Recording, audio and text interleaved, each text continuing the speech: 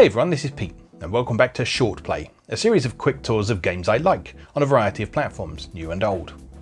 Today we're looking at Descent, which was a 1995 first-person shooter developed by Parallax Software and published by Interplay. This was noteworthy for being the first-person shooter to feature full 3D polygonal graphics, so that was ahead of Quake, which was arguably a bit more well-known than this, and also popularised 6 degrees of freedom. So rather than just the usual on-foot gameplay of being able to turn left and right and maybe look up and down, in this one you can actually move and fly in all 6 directions. So you could go up and down, you could go left and right, and you could go in and out as well. And you could also actually roll around your axis as well. So yeah, sort of a full 3D environment, and very, very much designed to disorient you. And some people ended up getting quite motion sick from this game as well, with understandable reasoning. So the game was originally developed by 2 friends, Mike Kulas and Matt Toshlog, who met at Sublogic, of all places, while they were developing Flight Simulator 2. Now Sublogic, if you're not familiar, were the original developers of Flight Simulator before Microsoft took it over. So Flight Simulator 2 is what would become Microsoft Flight Simulator in later years. And it's kind of understandable that those 2 would go on to create something inspired by flight simulations, but a little bit different. So the pair subsequently joined Looking Glass, developers of stuff like Ultima Underworld and so on. And in fact, using the Ultima Underworld engine as a basis, they developed the concept for an indoor flight simulator. So you were inside an environment like you would be in something like Ultima Underworld, but instead of walking around, you were flying around in a more realistic way. So like you could pitch and roll and dive and climb and all that sort of thing. And the pair figured that their idea was too good to sell off to someone else, so they left Looking Glass to form Parallax Software and start putting this game together themselves. Now, the project was initially funded by shareware specialist Apogee, who were quite well known at the time for kind of pushing the boundary of new types of game. So Apogee were the publishers of stuff like Wolfenstein 3D and that kind of thing. So they were quite often on the cutting edge, but they were still a relatively small company because they weren't a big commercial publisher. They were a shareware company, so they had to rely on people sending in their registration fees, which you couldn't necessarily always rely on, and became even more difficult when the internet became more widespread and thus easier to spread registered copies around. But yeah, so Apogee eventually ran out of money to throw at the project because they had a lot of other things on the go at the time. And so the guys behind Descent were left without a publisher, and they supposedly sent the sort of demonstration proof of concept version off to about 50 publishers at the time, and eventually it was Interplay who responded, and the rest is history really. So that's that. Well, with that in mind, let's go play Descent. Okay, here we are with Descent from Interplay and Parallax Software. I haven't played this game for ages, but I used to really love it, so I thought this series seemed like as good a reason as any to revisit it. So, let's jump in. Now, there are several games in the Descent series. This is the one I'm most familiar with. I played a bit of Descent 2 as well, which is actually very similar to this game, but has a CD audio soundtrack. I'm sure that will come up at some point. But anyway, let's see how we get on. Let's stick with Rookie for the minute, because I haven't played this for a long time. And here's the intro. Briefing, 06:30 GMT.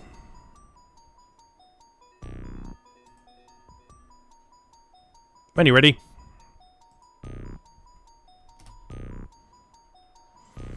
And apparently our defense robots did not function to specifications.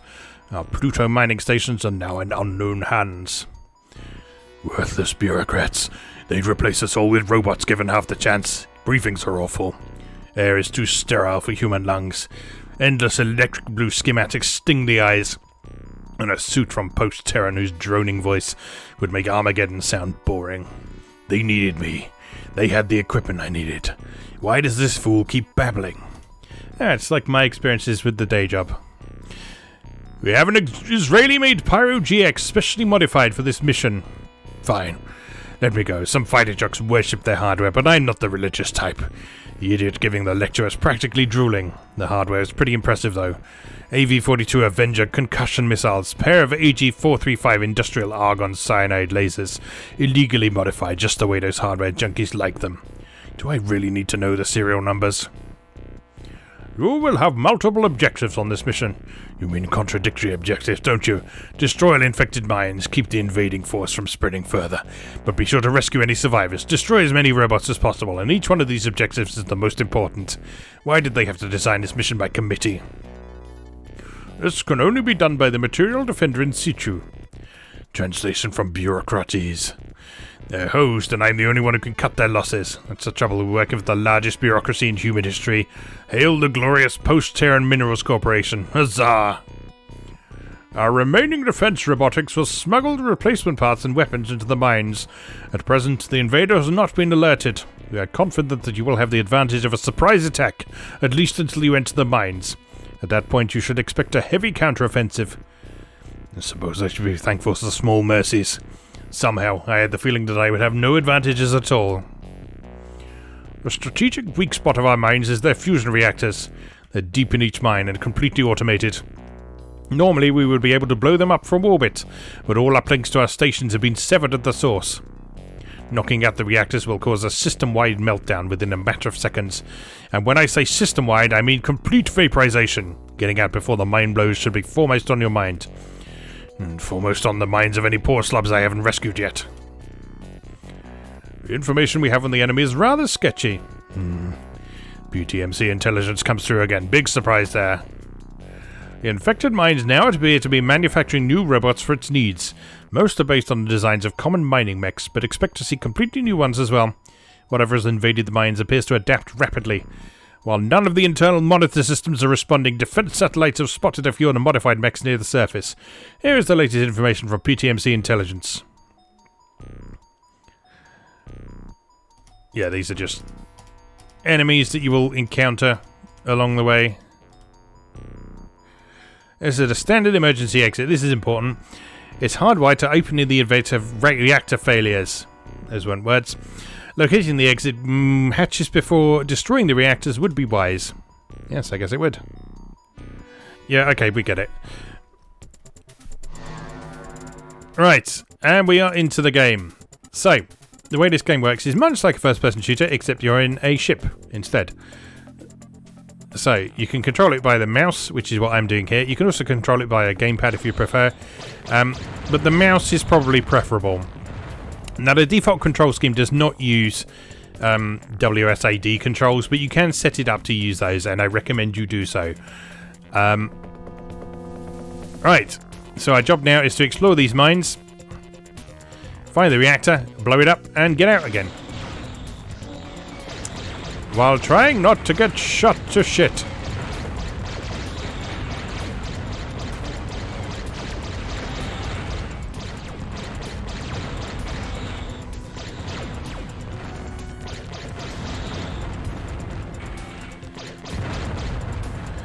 Alright. So, you've got your basic lasers on your left mouse button here. You've got concussion missiles on your right mouse button. And you can find other weapons as you go through as well. Your laser takes energy, which is the sort of yellowy-orange number in the middle. And your health, basically, is your shield, which is the blue number in the middle. You can restore energy with the yellow bolts and shield energy with the blue bolts. So it's all very sort of standard first-person shooter conventions, as you can see. But the main difference, of course, is that you have this 6 degrees of freedom to play with. And also, the fact that because you're flying a ship rather than controlling a human head, you have to sort of get a feel for the controls. So this is on the maximum sensitivity, but it's still not as snappy as something like Quake. And that's entirely deliberate, because it's supposed to be simulating the fact that you are flying quite a heavy piece of machinery around.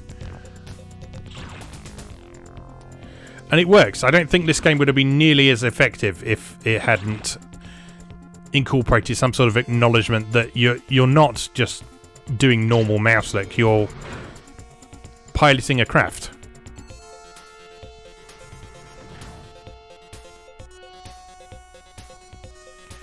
That means you can you can roll as well, and you will probably want to do that to sort of get yourself the right way up every so often. You don't take damage from crashing into walls, which is very welcome. because you will be sort of careening around quite wildly as you blow stuff up. This is a door you can shoot through. And here's some survivors, who are some of the only sprites in this game.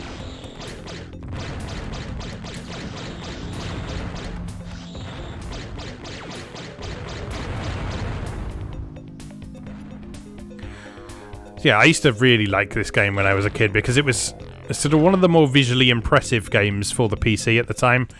It was a real sort of showcase of how far PC gaming had come. Sort of the early days of PC gaming were very primitive, and I'm talking about DOS PCs here, not just any old home computer. I'm talking about DOS PCs. Like, the early days of that was much more primitive than, like, even the 8-bit microcomputers at home. But it was around this era that DOS PCs really started to show their stuff. And it was the beginning of the whole sort of PC master race thing that we have now, where there were things happening on PC that just weren't possible on console at the time. I mean, we did reach a point eventually where the PlayStation was up to a sort of roughly similar standard of what we've got here. But the PC version still ran at a superior frame rate and, in a lot of cases, resolution as well, particularly once 3D accelerators hit the scene. This is an unaccelerated 3D game though, so this is all running in software.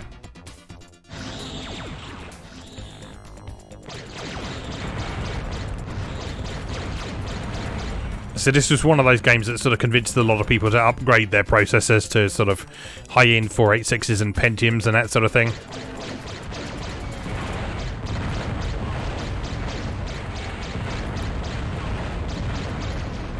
Right, that's a red keycard.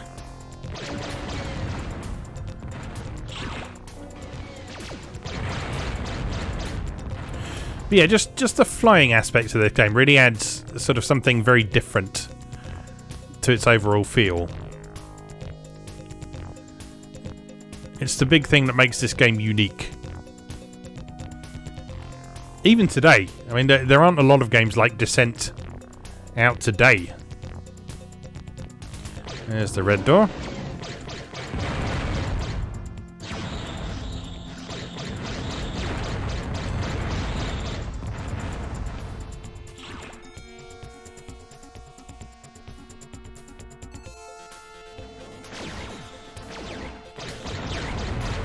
There's the exit.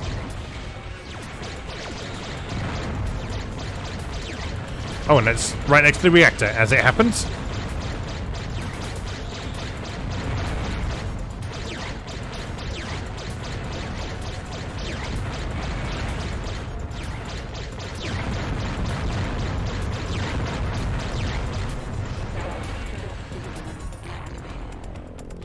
"45 seconds to escape. What will we do? Oh no!" There we go. Level 1 complete.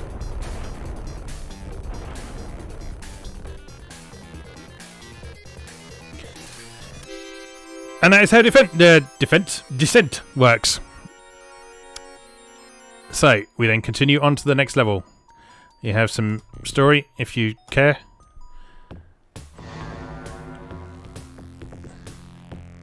I say story. It's just basically saying, here is the next level. I believe those sequences will, at various points, sort of introduce new enemy types to you as well, so it is worth reading them. But ultimately, this is not a game about story, this is a game about flying around in mines and blowing shit up.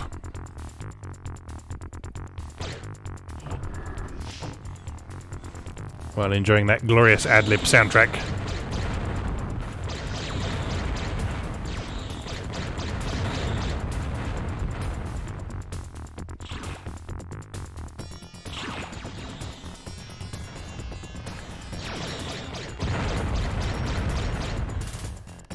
During development, they realised that people were going to get disoriented with this, so they did have the foresight to include an auto map, which actually isn't too bad. It does give you a good idea of where you are, which way you're going, and how the whole level fits together, but it does take a bit of getting used to how to read that, because it is an actual full 3D auto map. And so you very much need to learn how to pass that properly in order to find your way around.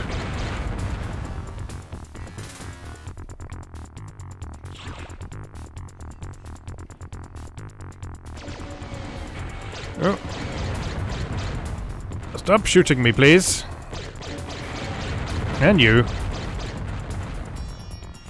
But yeah, I love this game. I'd forgotten quite how much, actually. As I say, I haven't actually played this for a while, but the main reason I wanted to incorporate it into this series is it's a game I used to absolutely love back in the day.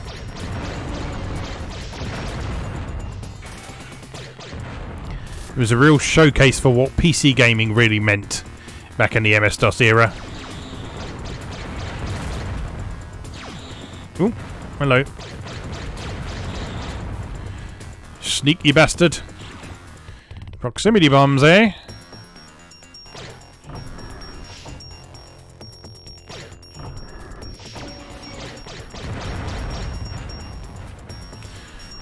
So, as suggested by the laser level 1 you can see over on the left, you can actually upgrade your weapons as you go through as well. You can collect sort of new versions of different weapons and get more powerful variants and that kind of thing. Oh, lots of fun. Have we been this way? Doesn't look like it.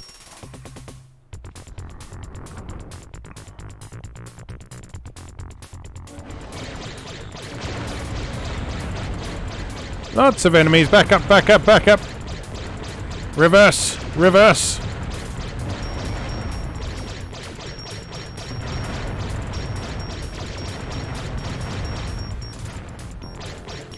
Excellent explosions in this game.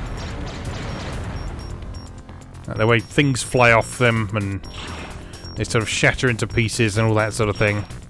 So much fun. Right, we need to find a blue door.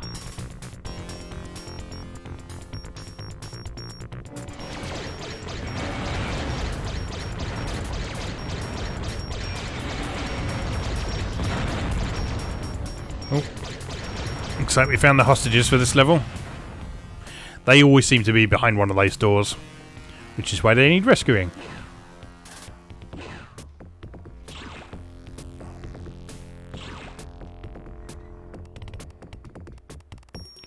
Anything else in here? Is that a hole? No, that's just a bendy texture. But yeah, just the novelty of being able to pilot a vehicle inside was one of the things that I absolutely loved about this game when I first played it. It was just such a different idea to anything I'd encountered before.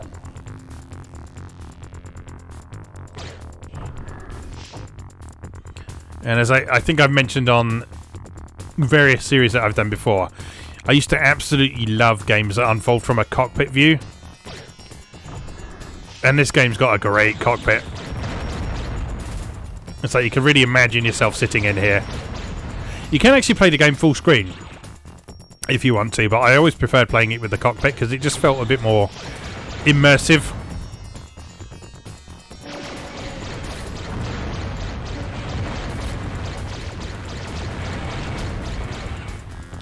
It's like the way you're switching from flying on the level to flying vertically down shafts like this and sort of forgetting which way is up in a lot of cases.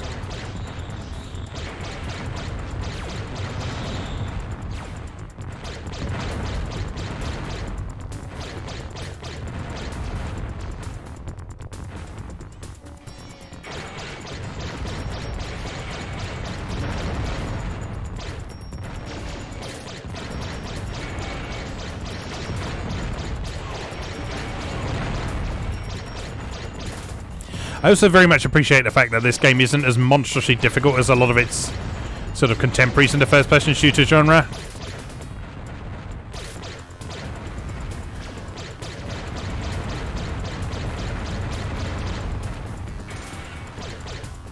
Just the things like the sort of heavy handling of this meant that it had a kind of a much more deliberate feel than a lot of other shooters at the time. And the fact that all of your weapons are projectile weapons rather than hit scan weapons as well really added a big difference to the feel as well. It felt like you could actually sort of dodge a lot more shots, which is very much a contrast to a lot of other games around at the time. And we looked at Blake Stone a few weeks back, and that was actually quite distinctive for the fact that not all its enemies had hit scan weapons. Some of them fire projectiles at you. See, that tunnel actually goes all the way around in a big loop there. That's quite exciting. Right, back up this shaft then, I think, because we need to go and open that red door now.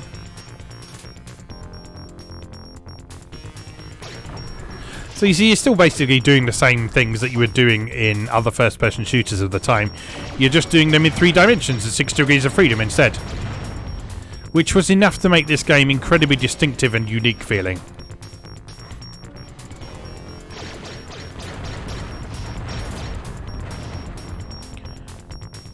Which I am fine with. Oh, that's a level 2 laser. Now it's pink. We're getting close to the reactor.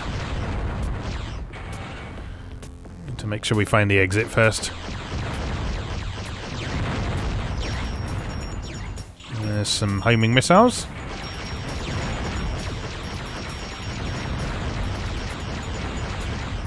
Clear out these bad guys before we take on the reactor.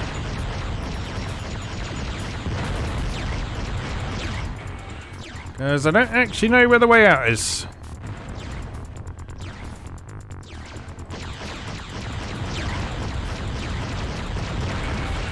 This could be an issue.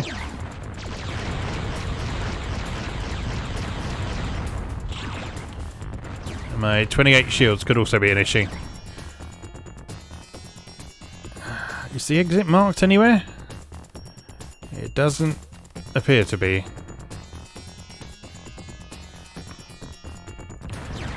Alright, I think we might need to go for a little explore.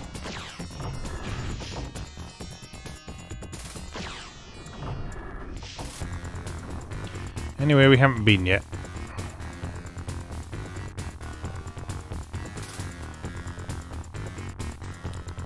What do the markers mean? So green is just a normal door, I guess. Purple is the entrance.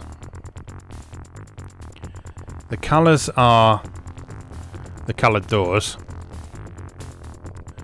Yellow is that energy recharging station. Can't see where we haven't been though.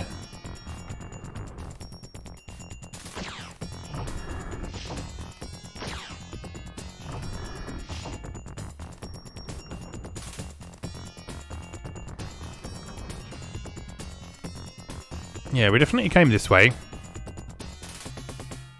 We went down there.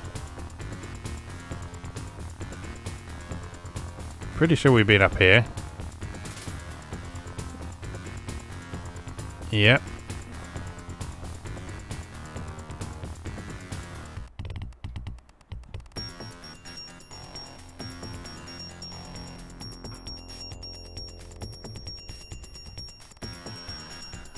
So where's the bloody exit?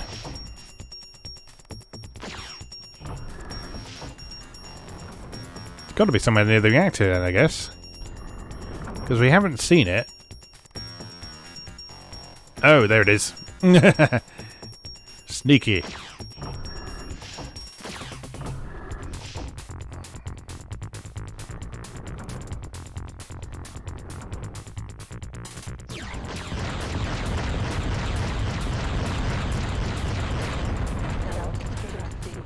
Get out of here.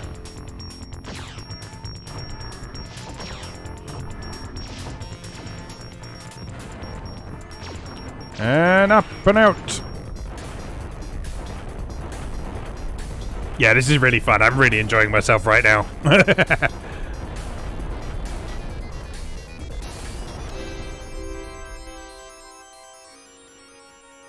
Yeah, I had forgotten what a great game this is. Skill bonus 0. Good work. Alright, what do we got now? Proceed to lunar military installation. Intelligence sats report rising activity on EM band transitions. Okay. You mean there's going to be robots that are going to try and kill me? Say it ain't so.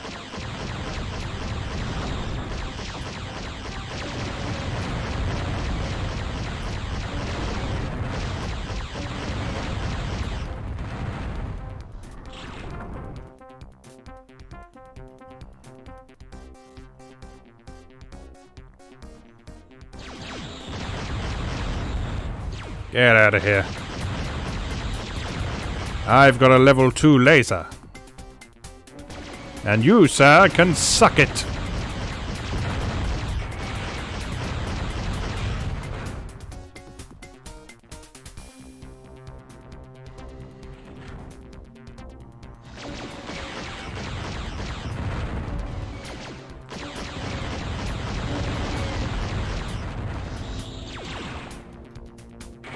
Whee!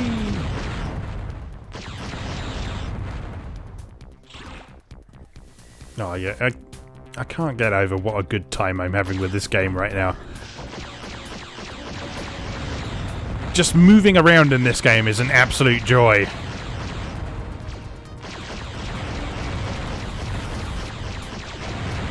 And then you couple that with the satisfying combat and the exploration. Yeah, it's just fantastic. I got some ammo for the Vulcan cannon I don't have.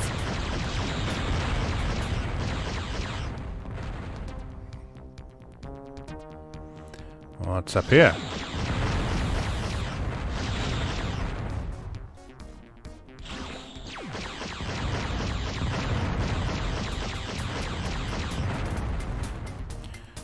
Starting to get a little bit low on energy. Should probably maybe chill out with the laser a little bit. But that's no fun, is it? What's good is having a laser if you can't blast things with it. There's some energy. Thank you very much. That's back to the entrance, isn't it? Okay, so we've been around in the big loop then.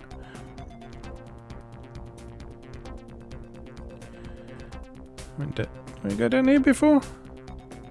I don't remember a big dark pit of death. I remember this room though.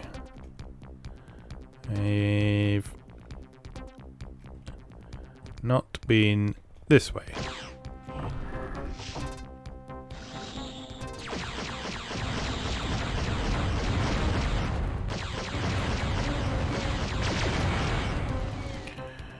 Can use the tried and tested method of determining whether you've been somewhere by whether there's anything trying to kill you down that route.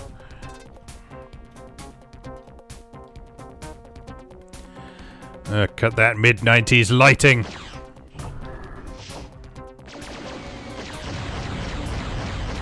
It's a blue key.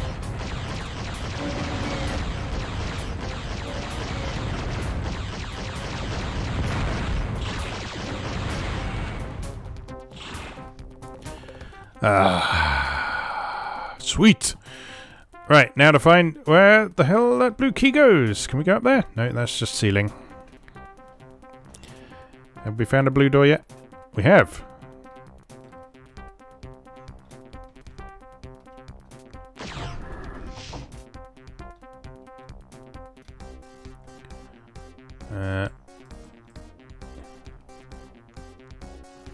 This way?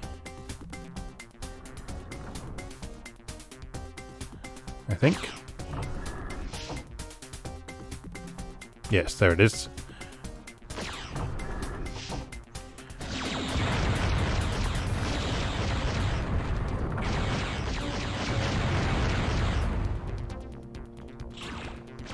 There's something just so thrilling about any time that you have to make that sort of 90-degree dive and head straight down.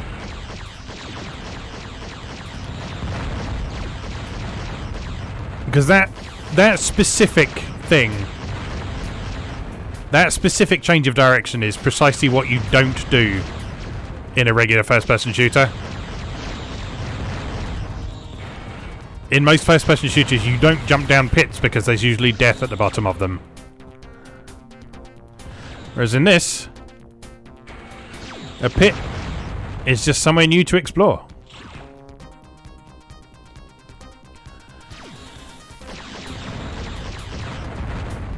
Alright, really need some energy. And some shields would be nice.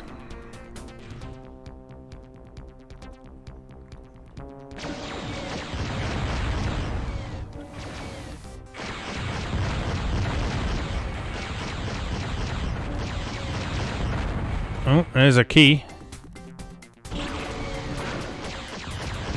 And in true Doom tradition, grab the key and all hell breaks loose. Oh, there's some energy out there though. I got 5 shields. It's just not a good position to be in. Let's use some missiles. Dodge! Ugh. Safe.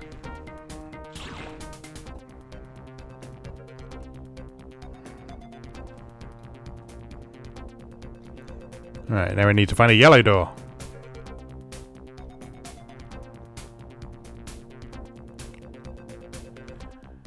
Maybe it's down here.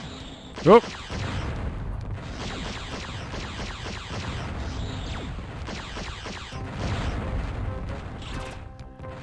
Energy. Shields would be more helpful right now, I'll be honest. Oh my god! Oh my god! Oh my god! Oh my god! 2 shields. Missiles! No, I've died! So you do restart the level with all the keys you found, but your laser resets back to level 1 and you're back to just your standard stock of concussion missiles. But it's not like sort of some other first-person shooters where you have to basically restart the whole level when you lose a life. I'm looking at you, Wolfenstein 3D. And Blake Stone for that matter. And Doom. Doom didn't have lives, but it's still... You still had to restart the whole level when you died, which makes sense. But in this one, it actually sort of makes a sensible implementation of a score and live system.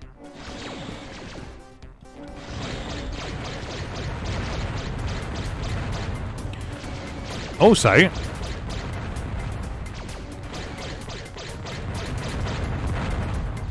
if you can get back to where you died without dying again, you'll see that all your stuff is there. So you can get it all back. It's like Dark Souls!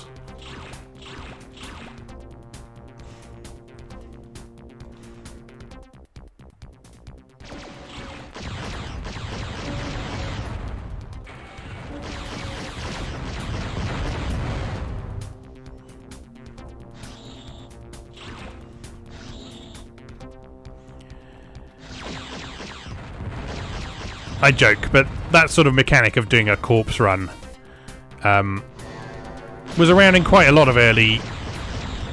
Oh, is that a robot? That's a robot generator. Can we destroy that? That'd be nice if we could destroy that. Ah! Run away, run away, run away!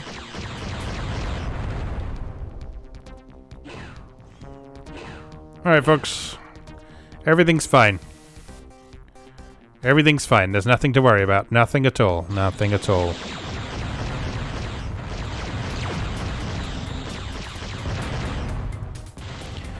Alright, there's a red keycard lurking somewhere.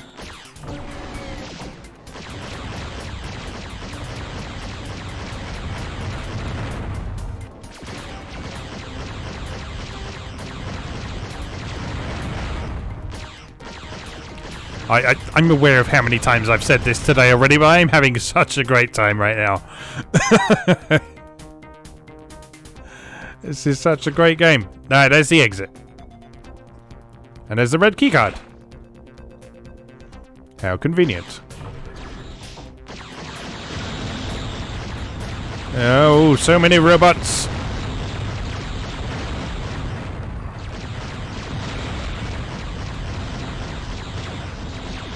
So many robots. Get me out of here. Alright, where's the bloody reactor?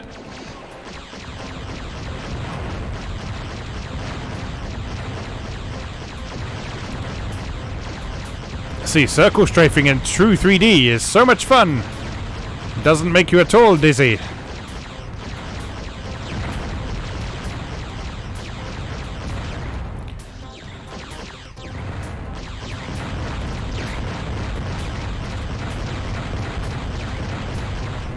Get out of here, reactor. You suck.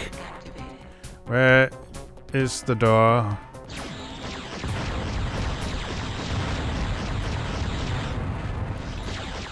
Getting a bit low on shields. I don't like this. Right, ignore all the robots. Oh god, where did you come from? Let me out! Ah, it's going well.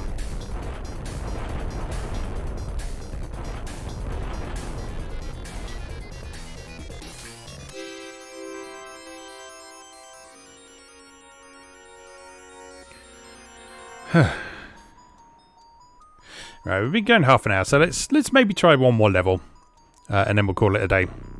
Projected lunar contamination 0%. Proceed to Venusian orbit. Rendezvous with MP Station Macquarie for escort and level 1 insertion. Okay, so we've basically finished the first region now. We've done all the stuff that was on the moon, and we're now going to Venus. We are, as the song goes. Oh my god! Under attack by robot spiders.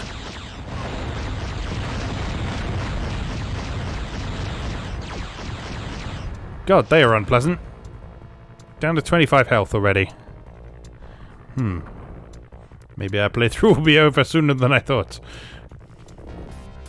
Right, where are we going? Let's try this way.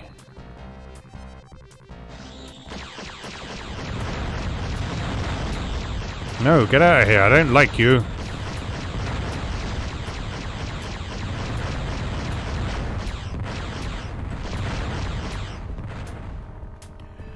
This is nasty. This is like a sudden ramping up of difficulty. Ooh, Vulcan cannon. The Vulcan cannon. Ow, ow, ow, ow, ow, ow. Just as I got the Vulcan cannon as well. The Vulcan cannon is a hit scan weapon in this. But it's very rapid firing, so it's good for sort of dealing quick damage. Let's see if we can get it back without dying. Where do we go? Up here. Go away.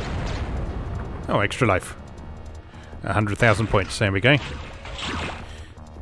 See, like Blakestone that I talked about recently, I kind of feel like there's some value to playing this game in a sort of arcade style rather than save scumming your way through. As always, it's entirely up to you, of course, and I'm not going to tell anyone what the right way to play is, but when you have a game that has a score and lives mechanic like this one, I do find it sort of more rewarding to see how far you can get going from the beginning. And it's very dark in here. And seeing how far you can get on a single stock of lives.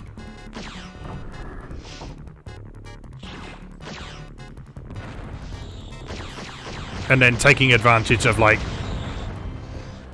extra lives at various score bonuses and so on.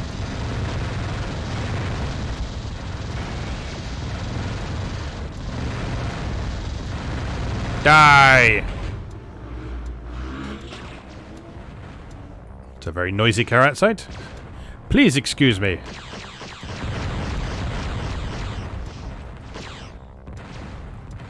Who is shooting at me?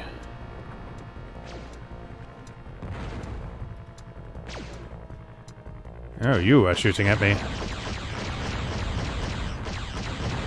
You are also clipping through a wall. Please stop that.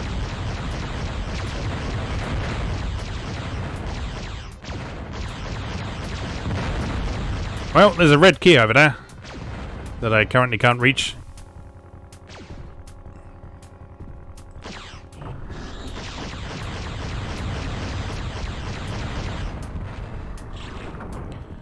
Okay, we got a blue key. We can go through there. Let's do that. Oh, I really don't like those spider bots. No. No. No. Was that an invisible thing? I'm pretty sure there was just an invisible thing there. I don't like that at all.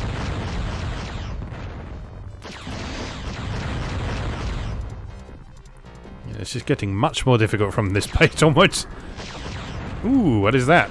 Spread fire cannon. Ooh. This is exciting. We're in a shoot 'em up, ladies and gentlemen.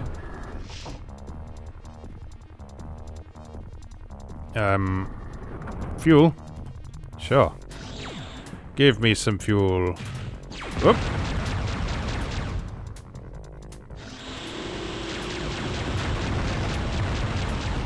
So yeah, these glowy areas, they will top you back up to 100 energy. So you can go over 100 energy as you've seen, but you'll get topped up to 100 by those. Where are we going? We didn't explore everywhere in that blue region. Let's go back that way. Because there was this up here. See, level designs, you really do have to think in 3 dimensions. Ooh, spread cannon is very good for killing spider bots.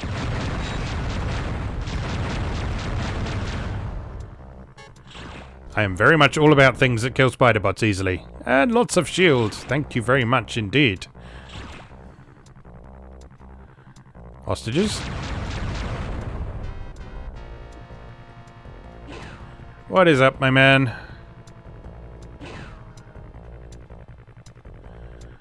And what's over here? That's a yellow keycard.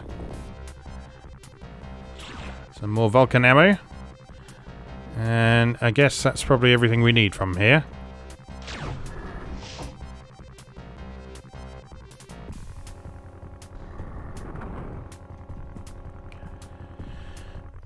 Have we seen a yellow door yet? I don't think we have we?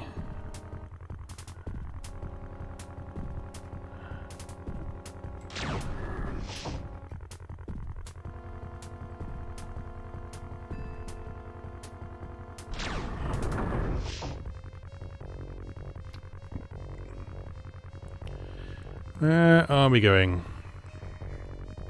Through here, I guess.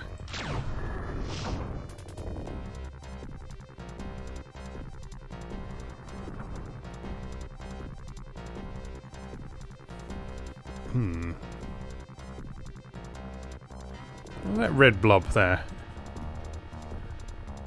Oh, that's a red keycard. Okay. So, can we get into that area with the yellow keycard?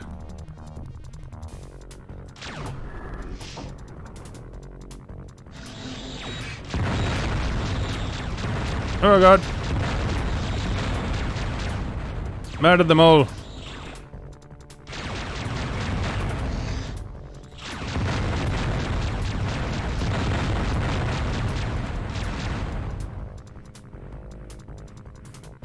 There's the yellow door.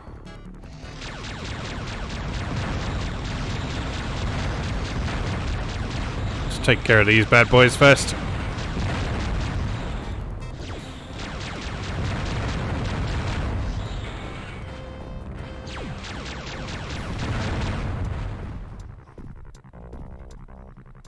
There's the exit. So we can't be too far off where we need to be.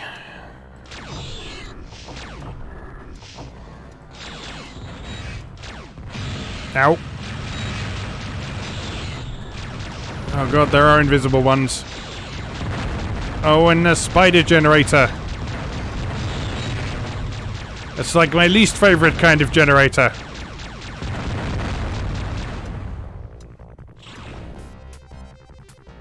Alright, give me that. Give me this red keycard. Ah, disorientation strikes!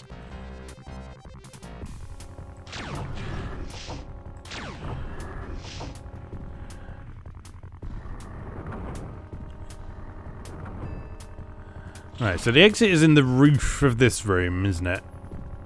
Yes. So we probably... I'm confused. Help. Oh, there's some more hostages there.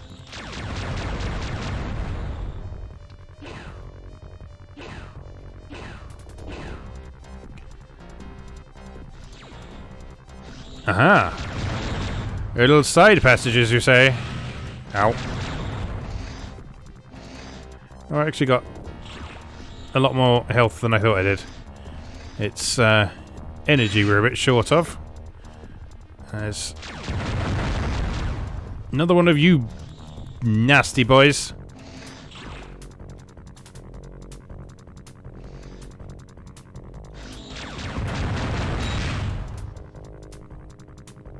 God, you take damage just from being near them.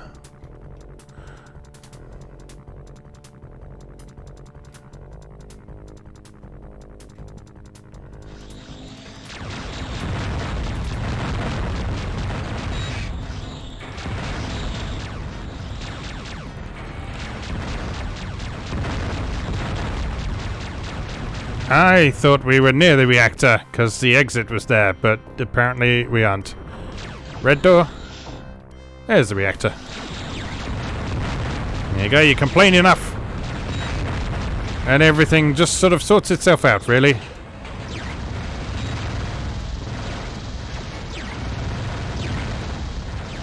Die! Die? Now run! Get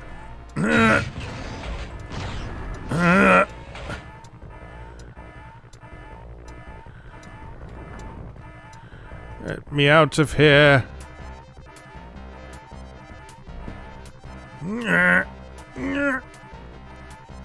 Wrestling with the controls. Ooh, that was close. So yeah, that is defense. Well, I keep calling it defense. It's not called defense, it's called descent. That is Descent from Parallax and Interplay. And there's 4 levels of it that I really, really, really enjoyed. I think I need a break from there though. So yeah, Descent is available on GOG.com along with its sequels and spin-offs. Check out Free Space as well, because that is technically a Descent spin-off, but it's one of the best space combat games there is out there. We'll probably have to revisit that on this series at some point. But yeah, I'm really glad I rediscovered that. I feel like I've sort of had a bit of a mini renaissance there. Anyway, let's leave that there for today. As always, thank you very much for watching, and I'll see you again next time.